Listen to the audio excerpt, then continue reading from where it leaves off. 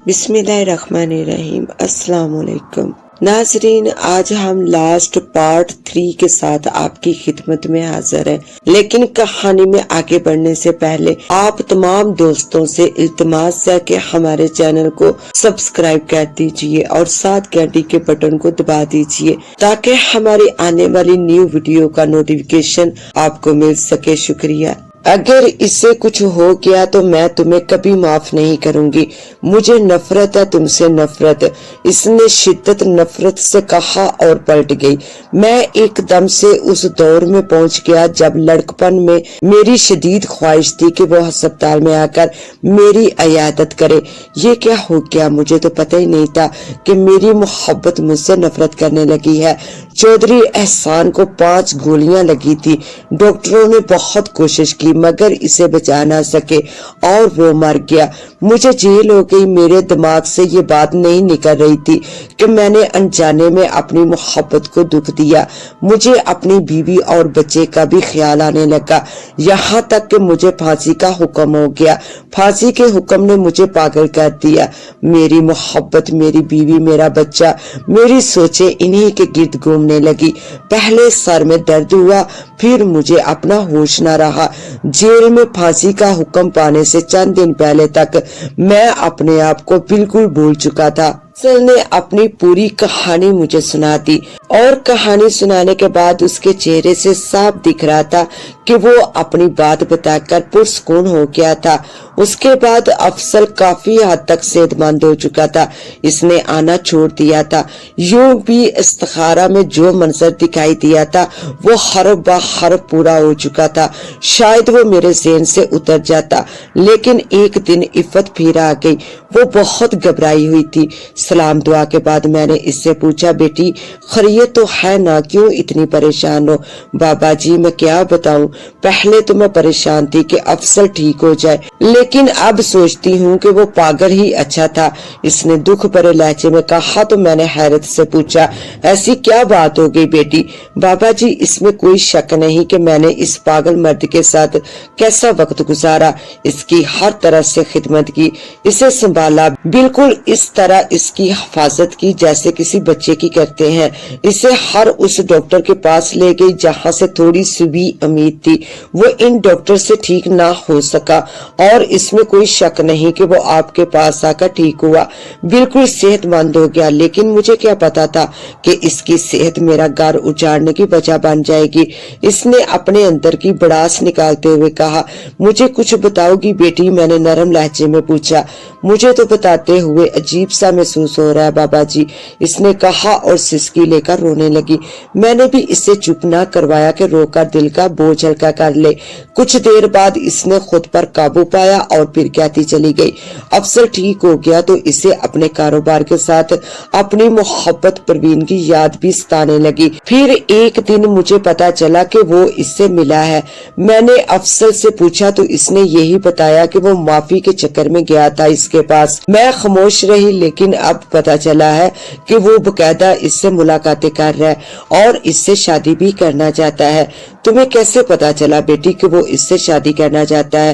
میں نے پوچھا تو وہ لمحہ بھر خاموش رہنے کے بعد بولی، جب سے مجھے پتا چلا کہ اس کی ملاقاتیں پروین کے ساتھ ہو رہی ہیں، میں نے نگرانی کے لیے ڈرائیور کو اضافی پیسے دیے، اس نے ہی مجھے بتایا۔ بابا جی دیکھو، اگر وہ پروین سے شادی کرنا چاہتا ہے، دونوں کی مرضی ہے تو یہ شرعی طور پر جائز ہے، اس پر تو اعتراض نہیں کیا جا سکتا۔ بابا جی میں یہ برداشت نہیں کر سکتی، میں ایسا نہیں کرنے دوں گی، انہیں روکنا ہوگا، اس نے احتجاجی لہجے میں کہا۔ دیکھو اگر وہ کوئی غیر شرعی کام کر رہے ہوتے تو انہیں روکنا بنتا تھا، لیکن اگر وہ جائز طریقے سے شرعی کام کر رہے ہیں تو ہمیں کیا اعتراض ہو سکتا ہے بیٹی؟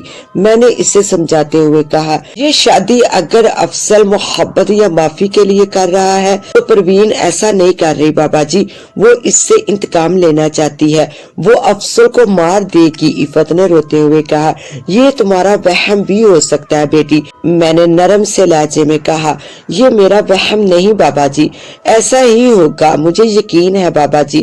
افضل نے اگر شادی کرنی ہی ہے تو کرے، لیکن اس کے ساتھ نہیں، میرا دل نہیں مانتا۔ اس نے بے بسی سے کہا، اچھا ایسا کرو، تم میرے پاس کل لانا، پھر میں کچھ بتا سکوں گا۔ جی ٹھیک ہے، اس نے کہا اور چلی گئی۔ اس کے جانے کے بعد میں سوچنے لگا، افضل ٹھیک کر رہا ہے یا غلط، یا پھر پروین کا عمل درست ہے، یا واقعی ہی وہ کسی انتقام پر اتر آئی ہے۔ اس رات میں نے اسی حوالے سے جب استخارہ کیا تو میرے سامنے وہی منظر لہرانے لگا، وہی گلابی آنچل، اس میں سے گرتے ہوئے سرخ پھولوں کی پتیاں، پھر خون کے چھینٹے۔ اس منظر کے آخر میں پہلے تو ایک آدمی گھٹنوں میں سر دیے بیٹھا دکھائی دیتا تھا، لیکن اس بار ایسا نہیں ہوا۔ اس بار وہ آلتی پالتی مارے ہوئے تن کر بیٹھا تھا، اس پر خون کے چھینٹے پڑ رہے تھے۔ پھر دھیرے دھیرے وہ یوں گلنے لگا جیسے بارش کے پانی میں گیلی مٹی بہنے لگتی ہے۔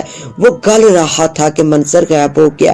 میرے لیے اس منظر میں نیا کچھ نہیں تھا، ہاں اس سے مجھے یہ تصدیق ضرور ہو گئی کہ عفت جو کہہ رہی تھی وہ بالکل سچ تھا۔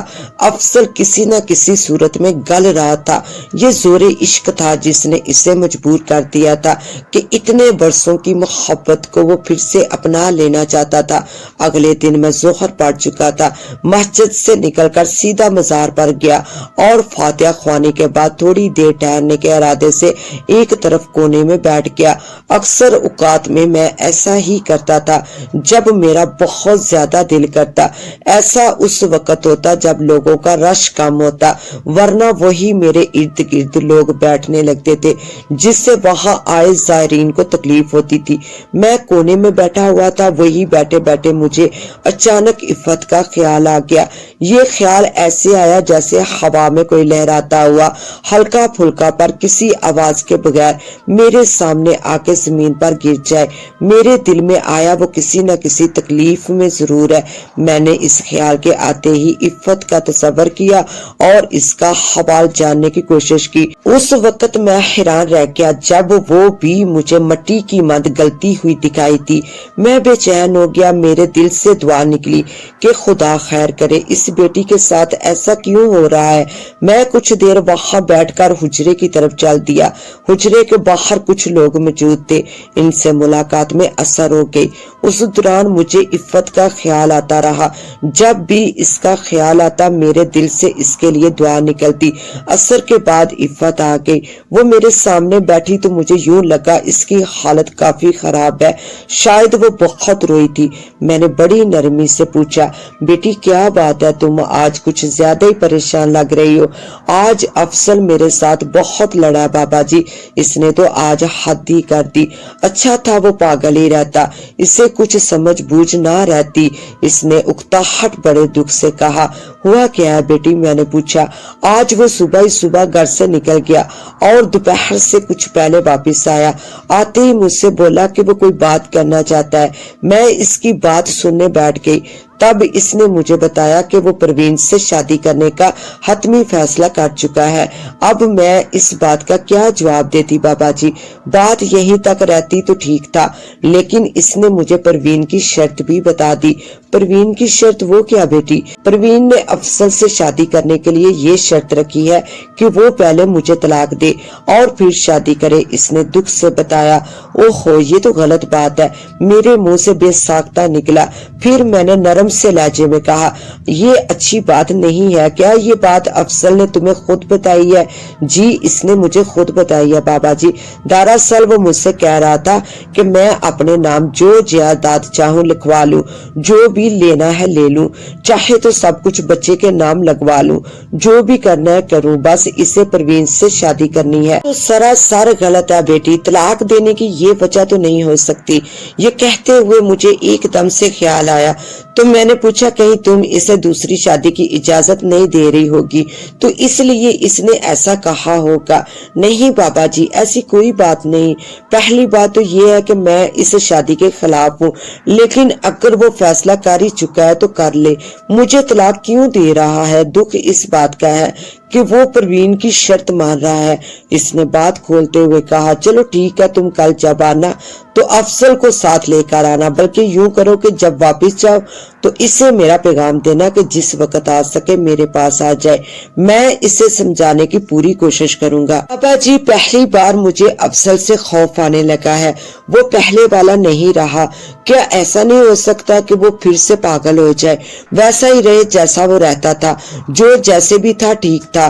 اس نے روتے ہوئے کہا تو میں اسے تسلی دینے لگا۔ وہ کچھ دیر بیٹھ کر چلی گئی۔ اگلے 2 دن تک افضل میرے پاس نہیں آیا، مجھے مصروفیت کی وجہ سے یاد ہی نہ رہا کہ اس نے آنا تھا۔ تیسرے دن عفت آ گئی، اس کا چہرہ مرجھایا ہوا تھا۔ اس کے آتے ہی مجھے یاد آیا کہ افضل کو میں نے بلایا تھا۔ بابا جی میں نے اسی شام اسے بتا دیا تھا کہ آپ بلا رہے ہیں، میرے خیال کے مطابق تو اسے آپ کے پاس آنا چاہیے تھا۔ آج جب پھر اس نے پروین والی شرط کی بات کی تو مجھے میرے پوچھنے پر پتا چلا کہ وہ آپ کے پاس آیا ہی نہیں۔ ظاہرہ اسے یہ معلوم ہے کہ میں اسے سمجھاؤں گا، اس شرط سے منع کروں گا، وہ اسی لیے نہیں آیا۔ میں نے اندازہ لگاتے ہوئے کہا جی بابا جی، یہی بات اس نے بھی کہی، بلکہ وہ ناراض ہو گیا کہ میں نے آپ کو کیوں بتایا۔ اچھا چلو کوئی بات نہیں، ایسا کرو آج گھر جا کر ایک ذکر کرو، میں وہ تمہیں ابھی بتا دیتا ہوں، رب تعالیٰ بہتری کرے گا۔ میں جیتے جی مر جاؤں گی بابا جی، اس نے روتے ہوئے کہا تو میں نے اسے تسلی دی، اسے ذکر لکھ کر دے دیا۔ کچھ دیر بعد وہ چلی گئی۔ میں اب افضل کو خود زیادہ وقت نہیں دینا چاہتا تھا، اس رات عفت کے لیے دعا کرنا تھی۔ اگر افضل میرے پاس آ کر کچھ بتاتا تو شاید کوئی دوسرا پہلو میرے سامنے آ جاتا، وہ نہیں آیا تو یہ اس کی لاپرواہی تھی۔ میں نے یہ بالکل بھی نہیں سوچا کہ پروین نے ایسی شرط کیوں رکھی۔ اگر عفت اپنا تحفظ کر رہی تھی تو پروین کو بھی پورا حق تھا کہ وہ اپنے تحفظ کے لیے کوئی شرط رکھے۔ سو میں نے اس رات یہی خیال باندھا کہ ان تینوں کے معاملات میں جو بہترین صورت ہے وہ نکل آئے، جس کی جو نیت ہے وہ سامنے آ جائے۔ مجھے یقین تھا کہ اس دعا کے بعد 1-2 دن میں صورتحال واضح ہو کر سامنے آ جانے والی تھی۔ اگلے دن مغرب کا وقت تھا، آخری ملاقاتی بھی میرے حجرے سے جا چکا تھا۔ میں اٹھنے کا ارادہ کر ہی رہا تھا کہ نکاح سائی نمودار ہوا۔ اس نے بتایا کہ عفت اپنے بیٹے ندیم کے ساتھ باہر آئی کھڑی ہے، وہ فوراً ملنا چاہتی ہے بابا جی۔ میں نے نکاح سائی سے کہا کہ ہاں اسے بھیج دو اندر۔ وہ میرے سامنے آ کر بیٹھی تو اس کے چہرے پر کافی رونق تھی، جس سے یہ اندازہ لگانا مشکل نہیں تھا کہ اس کا معاملہ حل ہو چکا ہے۔ پھر بھی میں نے پوچھا ہاں بولو بیٹی۔ بابا جی یہ تو سمجھیے کوئی کرامت ہی ظاہر ہو گئی ہے، اس نے مسکراتے ہوئے کہا تو میں نے پوچھا ہوا کیا ہے بیٹی؟ پروین کا اصل چہرہ بے نقاب ہو گیا بابا جی۔ وہ کیسے؟ میں نے پوچھا۔ ایک طرف تو وہ افضل سے شادی کرنا چاہ رہی تھی، اس نے ہر طرح سے اسے یقین دلایا تھا کہ وہ شادی کرے گی، جس کی صرف ایک ہی شرط تھی کہ وہ مجھے طلاق دے دے، اور دوسری طرف وہ اپنے رشتہ داروں کے ساتھ مل کر سازش کر رہی تھی کہ افضل کو کہیں ایسی جگہ لے جا کر قتل کر دیا جائے کہ اس کا سراغ بھی نہ مل سکے۔ افضل کو آج صبح ہی اس سازش کا پتہ چلا ہے۔ افضل کو کیسے پتہ چلا بیٹی؟ میں نے پوچھا۔ جن گنڈوں کو اغوا کے لیے بھیجا گیا تھا ان میں ایک افضل کا پرانا ملازم تھا۔ جب اس سے پتا چلا کہ کسے اٹھا کر قتل کرنا ہے تو وہ آج صبح ہی صبح آ گیا، اس نے ساری سازش بتا دی۔ اب عقل آ گئی ہے افضل کو کہ ابھی بھی نہیں؟